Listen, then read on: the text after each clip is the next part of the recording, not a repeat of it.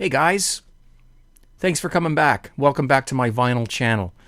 Hello out there to the vinyl community. My name's Craig, and thanks for watching. Now, today I want to talk about something that's been talked about a lot on YouTube in the vinyl community, and I almost didn't do this video, but I thought after a long time thinking about it, what the heck, why not? I'll give you my take on it, and that is the question, why vinyl? Okay, why vinyl? Yeah, we've all heard all the cliches and all that. I'll go over all that plus a little bit more too during this video. But why am I holding a Phil Collins Face Value album in my hand right now?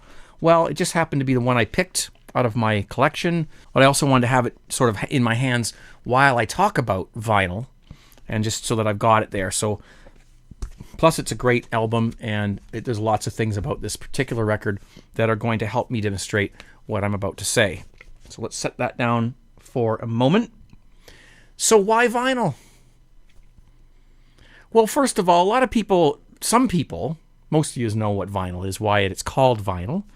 But just in case some of you out there are watching this and you're new to it, why is it called vinyl? Because the records themselves are made of polyvinyl chloride. So we just call it vinyl. It's a type of plastic. It's very good. It's very smooth. It's a great format. Okay, so that's why they use vinyl. It's just a great material for this purpose. Okay, but the real question we're really asking is not why is it called that? Why are we listening to this stuff? Why are people starting to collect vinyl again? First of all, if we're going to ask the question why vinyl, why don't we answer that question with another question? Why not? Why shouldn't you be listening to these things? Why shouldn't vinyl be coming back? And why shouldn't it sound good? Why isn't this the format for you? Well, you've got to physically get up, go out your house, go to a store, might have to take a bus or drive, go in there, look through, dig through carts, crates, whatever, of records. Or if you know what you're buying, you've got to hope they have it in stock. If they don't, you've got to go somewhere else and see if they have it. Maybe it's, then you've got it, once you've got it in your hands, maybe it's secondhand, and you've got to check it over and make sure you think it's something that you would like to buy. You got to get home, you've got to set them up, take off the shrink wrap, take the record out. This part I can demonstrate for you, as you've done it millions of times. You've got to handle it a certain way, and be careful with it, because it can be damaged very easily. These things, even if you just look at them the wrong way, you know what I mean? They can suffer some damage. So you handle them properly. You learn how to not touch them. Then you've got to put it on. You've got to clean the thing with something. You've got to have a decent turntable, and hopefully you've set it up properly and everything else. And then you finally get around to playing the record. And after all that, it better damn well sound good. Now that sounds to me like a pain in the ass, really. But if us vinyl enthusiasts are going through all that trouble, and sometimes it's not that much. Sometimes you order it online, you get it in the mail. You don't have to, But you know what I mean. Like, if we're going through all this trouble, there must be something about these bloody things that is good. Otherwise, nobody would bother with them. That's everything that's wrong with them. And I hope I didn't hurt anybody's feelings during that little spiel there. But it's true. You got to do most of those things every single time you buy one of these. And most teenagers, if you talk to them, would look at you sideways and go, okay, Grandpa, because all they do is they click a couple buttons and they've got the song on their phone. They haven't experienced the whole idea of actually putting some time into buying their music. Putting some time, some physical effort, some mental effort. Do I buy this? Do I like the cover? Is it new? Is it used? Is it damaged? All these decisions have to be made. And when you just go on iTunes and click on a button and pay 99 cents for a song, there's no decisions to be made there. I bought the song. It was $1. Who cares? I can probably find that in the dryer, the washing machine, in the basement. So It's a lot more thought goes into buying these, because you're actually buying something. You're buying a physical object. And you don't know, like, if it's not easy to just click on something and buy it. You have to actually go through some stuff to get these. So a lot more thought goes into it. That's the first part of it, is having the experience of obtaining the vinyl. And when I say obtaining, I mean you obtain. This is mine. I own this. When you buy an MP3, what do you own? Nothing. You own the right to listen to it. That's all you've got. You don't have a physical copy of it. In fact, it took up space on your computer or your phone, and you really don't have anything to show for it other than it's on your phone on the little screen, And listen, I have nothing against portable music at all. I'm not going to sit here and bash MP3s or CDs or whatever, because there's a time and a place for portable music. You can't walk down the street listening to a vinyl record. It's not going to work. You can't take this on an airplane. You can't take it to school and listen to it at lunch, or drive to work with it on. You can't. Today's technology allows us to bring our music with us, and I have absolutely no problem with MP3s as long as they're done properly. It's the same back in the 70s and the 80s when we all had cassette players like Sony Walkmans. You brought the record home, you taped it onto a cassette, you put it in your Sony Walkman. That wasn't perfect. That didn't sound as good as the original record did. And how much did you pay for that Sony Walkman? $300? And then it's $10 for a decent quality cassette back then. This was not perfect then either. So MP3s, are they perfect? No, they're not. But it's much better than what we used to have as far as portable music goes.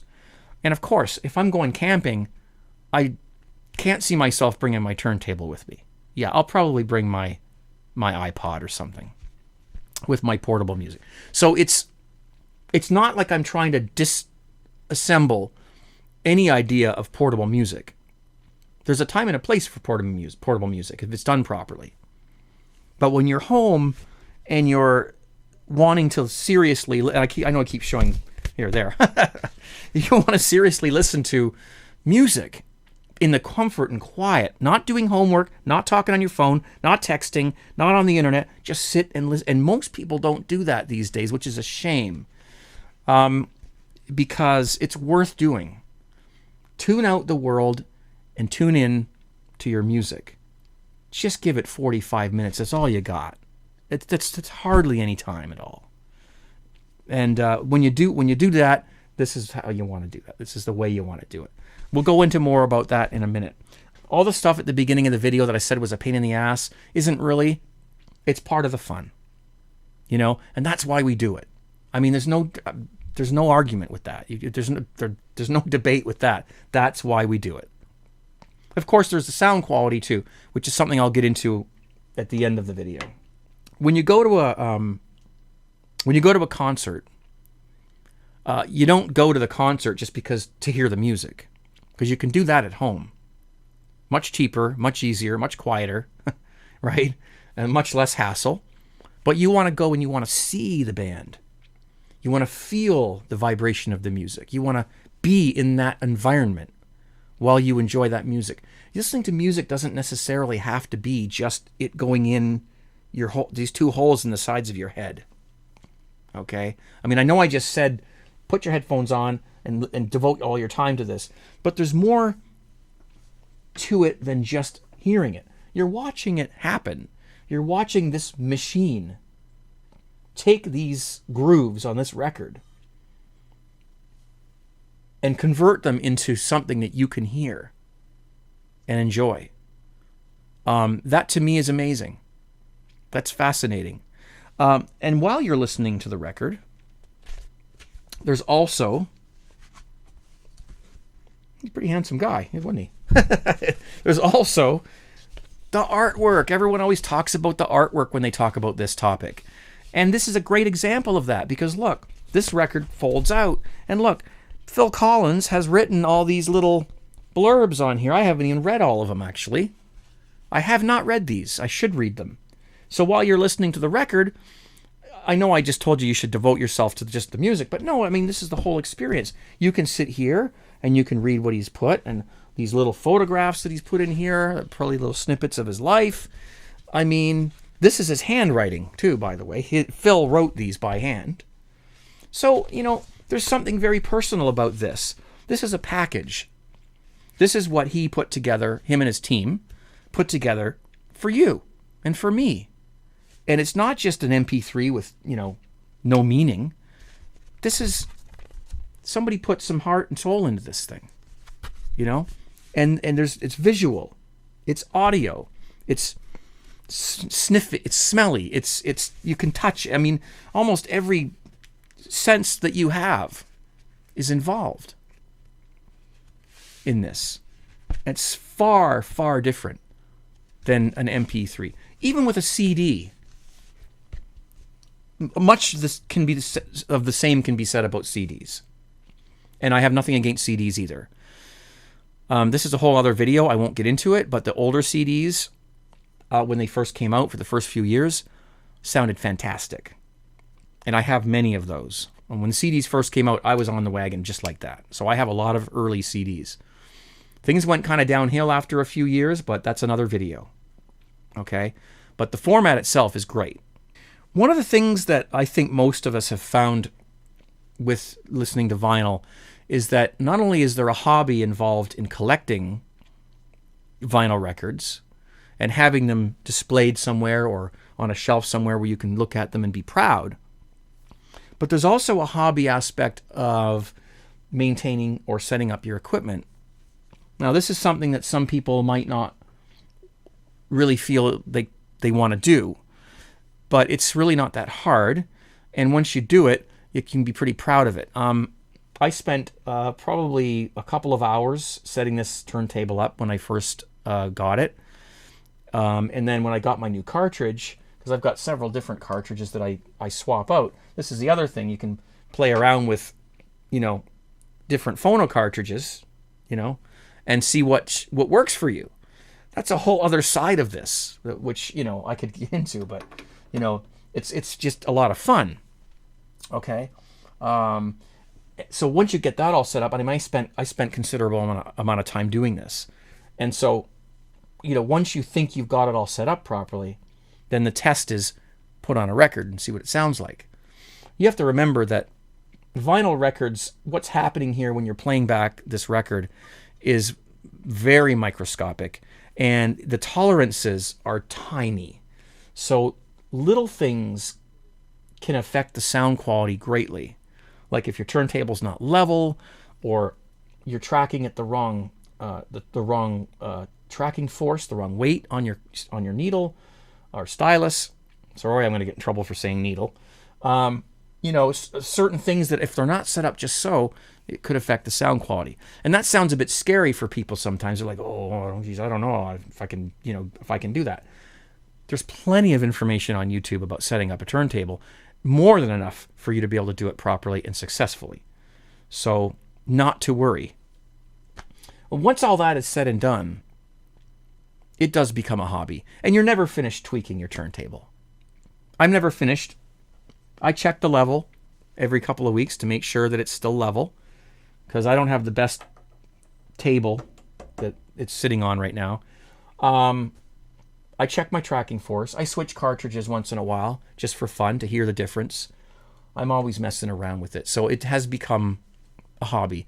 And eventually I'll probably buy another turntable and go through the whole thing again with that turntable. It's kind of like back in the day when, all your buddies and you had this vintage Corvette or something like that, and you put those mag wheel caps on and you open up that hood. And I'm not a mechanic, so excuse me if I, sound like an idiot here, but you're turning and tweaking things, and you're putting different things in, or making it sound a certain way, or you want to idle at a certain rate or something. And then once you finish all that, you've had a few beers or something like that, or coffee or whatever, eventually you get out on the road, you're driving that car, and it's like, yeah, that sounds good. Oh, you know what? Wait a minute. No.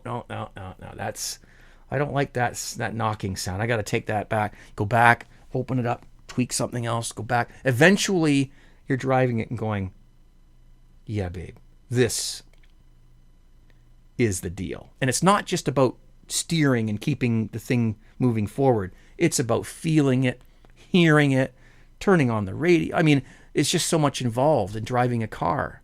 People who spend thousands and thousands of dollars on vehicles, they don't do it so they can just get to work. They do it because it's an experience to get in that vehicle that they spent all that money on, or time, or whichever, or both, and to drive it and see what they've got. It's exactly the same. It's exactly the same experience. You spend time on buying your records, maintaining your records, cleaning them, taking care of them, setting up and maintaining your turntable, and whatever else you've got connected to it, your speakers, your stereo equipment, whatever, getting it tweaked to sound the way you want it to sound.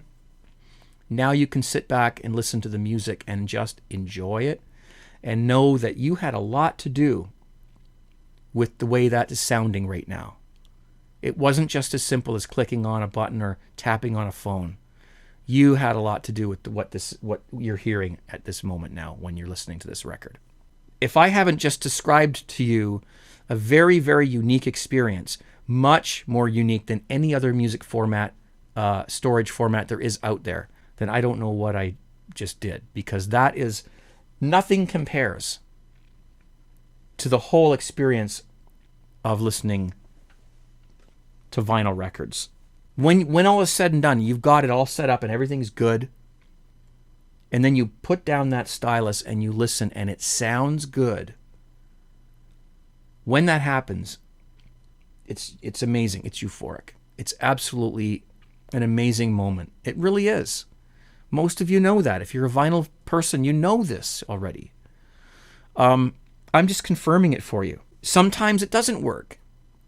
That's one of the things about it, is that there's always that chance that something could go wrong, you know? So there's that aspect of suspense where, you know, it's likely going to sound great, but there's a chance that it might not. So you're always hoping for that. And when it does sound good, and usually it does, then it's just the most satisfying thing in the world, really. It's amazing. Okay, so last but not least, sound quality. This is an area that could be a whole other video. And maybe it will be. Maybe it will. So I'll just try to keep it as simple as I can. A lot of people will sit here on YouTube and boldly say that vinyl sounds better than CD or MP3 or whatever. I'm not going to sit here and say that. I'm not saying it's not true, but I'm not going to lie to myself or you. Vinyl has a sound of its own. That's the thing about it. It doesn't necessarily mean it sounds better than a CD or an MP3, but it also doesn't mean it sounds worse. Vinyl has a sound of its own. It has its own little background noise. There are those odd ticks and pops that you get on every vinyl that you play. It doesn't matter how clean it is. You know, there are imperfections in the process of taking those little grooves and converting them into sound. I mean, it's, you know, so much can go wrong during this process. It's amazing it works at all, really. So to say that it sounds better than an extremely high resolution digital file, for me, would be foolish. I'm sorry. Okay? But vinyl has a sound of its own. It has a warmth. It has a romantic feel to it. Okay? I mean, if you bring your girlfriend or your boyfriend home, you know, and you're going to spend an evening together and you're going to put on some music, I mean, what would you rather do? Sit at your laptop for 20 minutes and make a playlist and then click go? Or would you rather pull out your vinyl there and your girlfriend's sitting on the couch and you're like, yep, let's listen to some music, and, you know, and you're putting it on, you know. You like Def Leppard? Whatever album you decide to put on. There we go. You clean it a little bit. You know, you get your brush out. You give it a little, you know how to do this. You know, you put that stylus down. close that lid like that. I'll just turn that off. And you go back to your girlfriend and you say, you want to dance? Okay, forget it. But you get the idea. It's just so much more classy. It's so much more romantic than just clicking a button on your computer. But as far as the sound quality goes, listen, I love when I'm sitting down here in my basement listening to my vinyl records, and one of my kids comes down. They're teenagers, and they come down and they're looking at the vinyl, and they're looking at the speakers, and they're looking at they're trying to piece the two together, and it's not quite working because they're like, how can that be making that noise up? How can that sound as good as it does up there on the speakers? And they're baffled by it. Well, of course they should be baffled because it does sound that good. The proof is in the pudding. There it is. It does sound that good. So, I love when that happens. I get goosebumps when my kids come down and they see me and it's playing, and they're listening and they're like, geez, that's those things are sounding pretty good, aren't they? Yes, they are. You damn right they are. And I just get goosebumps, And I love to sit and play records for my kids, although they're they don't get the whole vinyl thing, but they are fascinated with how that can sound so good up on the big speakers. Sound quality wise, I can sum it up by saying this. Vinyl sounds fantastic. It has a mind of its own, a sound of its own, and nothing can compare to the sound of a good vinyl record. That's what I'm willing to say. And some of the reissues that are coming out these days sound unbelievable. Bands are pressing vinyl again. They've got, new technology. I know there's all this talk about they record it digitally and then they convert it to vinyl. And what's the point? There's a whole topic. There's a bunch of topics out there that I'm going to be covering on this channel. So please stay tuned. But there's no experience. There's no music listening experience other than going to a live concert that compares to listening to one of these things. The whole, from start to finish, from the time you decide to buy it till the time you come home and actually get it ready and put it on, plus you've set up all your equipment and everything, that is an experience in itself. And that makes the vinyl sound better. We're humans. We're not machines. We're not computers. We can't analyze every waveform and spew out exactly what frequencies happened when and where and what overtones and harmonics. We hear it the way we interpret it. And when you're in a romantic setting in a quiet restaurant with the lights dimmed with somebody who you care about and you're eating your food, that food tastes great. It's a wonderful experience. The whole thing tastes great. Take that same plate of food, sit on a bench and eat that meal in the middle of downtown. Is it going to taste as good? Well, it's just not going to be as good of an experience, is it? As if you were back in the restaurant. I think that is where we need like a ding, like a bell. Can we have a bell? Thank you. Because I think that's where the bell just went off. That's the answer to the question, why vinyl? And that's about all I've got. So thanks, Phil, for lending us your work. And thank you guys for watching this video, and I hope you enjoyed it. Please give it a thumbs up. Please comment down below.